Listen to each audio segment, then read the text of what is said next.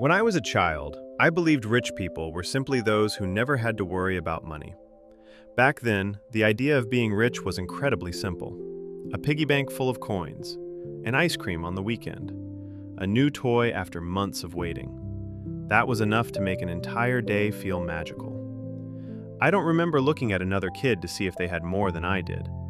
I only knew how to count what was already in my own hands. Looking back now, maybe that little boy understood something many adults eventually forget. He never knew how much money he had. He only knew he had enough to be happy. Then time passed. Somewhere along the way, I stopped counting what I already had and started counting everything I didn't. Maybe I didn't become poorer as I grew older. Maybe I simply forgot what enough felt like. I still remember the day I received my very first paycheck. I stood outside the office, opened my banking app, and stared at that number for a long time. It wasn't much, but in that moment, it felt like I had stepped into a brand new chapter of my life. I told myself, from now on, I won't have to worry about money anymore.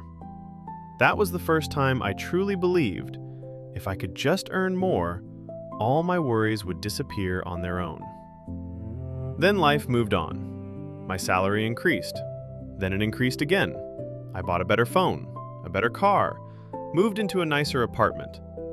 Every time I reached another milestone, I told myself, just a little more. But something strange happened. The number in my bank account kept growing. The feeling of enough didn't. I stopped waiting for payday. Instead, I started waiting for the next raise, then the one after that. It turned out, the fastest thing that changed wasn't how much money I earned. It was my definition of what enough meant. It took me many years to notice something strange. Money doesn't just buy you better things. It quietly changes the people you compare yourself to. There was a time when all I wanted was enough money to live comfortably. Then I met people who earned much more than I did. Without realizing it, my destination moved a little farther away. Later, I learned that psychology has a name for this, the Hedonic Treadmill. It's like running on a treadmill. You keep running, but your happiness stays in the same place. The human mind adapts surprisingly fast to everything it achieves. A new car, a higher salary, a bigger house. After a while, they all become normal. And then, the brain quietly starts looking for the next goal. At first, I wanted a car. Then I wanted a better one. Then a nicer apartment. Then one in a better neighborhood. The strange part was, every time I reached something I had once dreamed about, the happiness only lasted for a little while, before my eyes started searching somewhere else. No one was asking me to keep running, yet I kept running anyway. Not because I didn't have enough, but because my mind became used to everything I already had. Maybe this is the only race where the finish line moves faster than the runner. Maybe the greatest danger isn't being poor, it's losing the ability to feel that you already have enough. There's something interesting about money. You rarely feel rich if there's always someone richer in the room. Later, I discovered that psychology calls this social comparison theory. We don't measure ourselves by numbers. We measure ourselves against the people standing next to us. You might earn $100,000 a year, but if everyone around you earns $200,000, it's surprisingly difficult to feel successful. On the other hand, some people earn far less, yet they sleep peacefully every night. Not because they have more money, but because they no longer live inside that comparison. I started noticing it everywhere, every time I opened social media. Every time I heard someone talking about another successful deal, a new house, a new vacation. Without realizing it, I quietly adjusted my own standards. No one asked me to do it. My brain did it all by itself. Maybe that's why some people become more successful every year, yet somehow feel less successful inside. Maybe money never made me feel poor. Comparison did. There was a time when I went out for dinner with a friend. We sat in a perfectly ordinary restaurant. Not expensive, not cheap.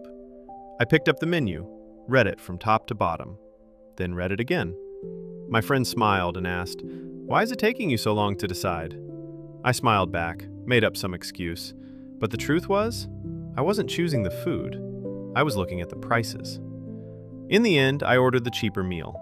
The difference was only a few dollars. My friend didn't say a word. In fact, I don't think he even noticed.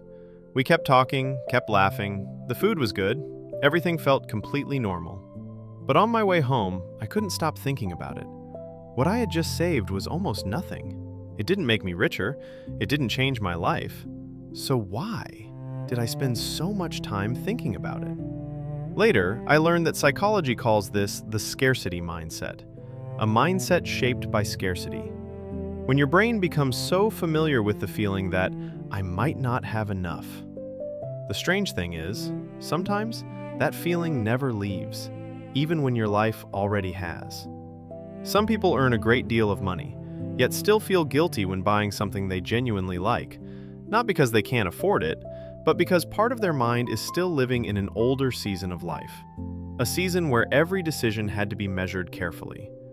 I don't know if that's true for you, but for me, that dinner taught me something. Maybe I earn far more than I used to, but part of me is still the person who fears that one day it won't be enough again. And maybe that's the hardest kind of poverty to escape. Not the number in your bank account, but the feeling of safety inside your own mind. Some people escape a life without money, but never escape the feeling that one day they'll run out of it. One morning, I was sitting in a small park. A few benches away, there was an older man. He looked completely ordinary. A paper cup of coffee, an old newspaper, no phone, no expensive watch, no luxury car. He sat there for almost an hour, simply drinking his coffee, watching the morning sunlight. I had no idea who he was. I didn't know how much money he had. But I remember thinking, he looks rich. Not because of what he owned, but because he didn't look like life was chasing him. Then something occurred to me. It had been a very long time since I actually sat down to enjoy a cup of coffee. Whenever I drank coffee, my mind was already inside the next meeting, the next email, the next project, the next goal. Maybe. The thing I had always wanted money to buy was never the car or the house. It was the feeling of sitting still without believing I was wasting time. I don't know whether that man was wealthy, but I do know this.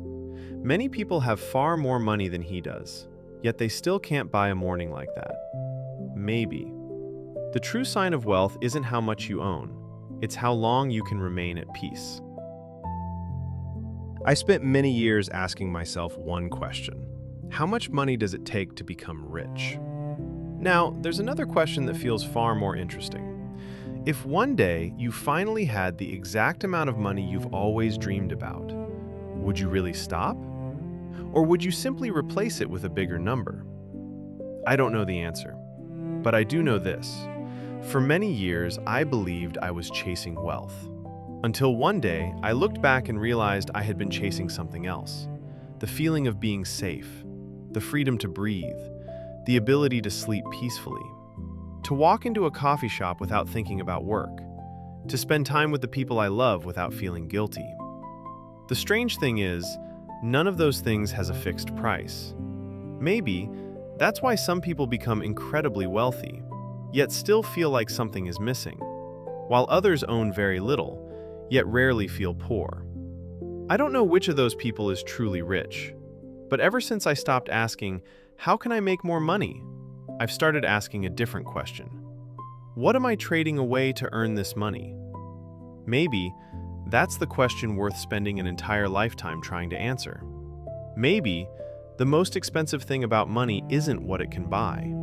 It's the moment you realize you spent your entire life chasing a feeling that money never promised to give you.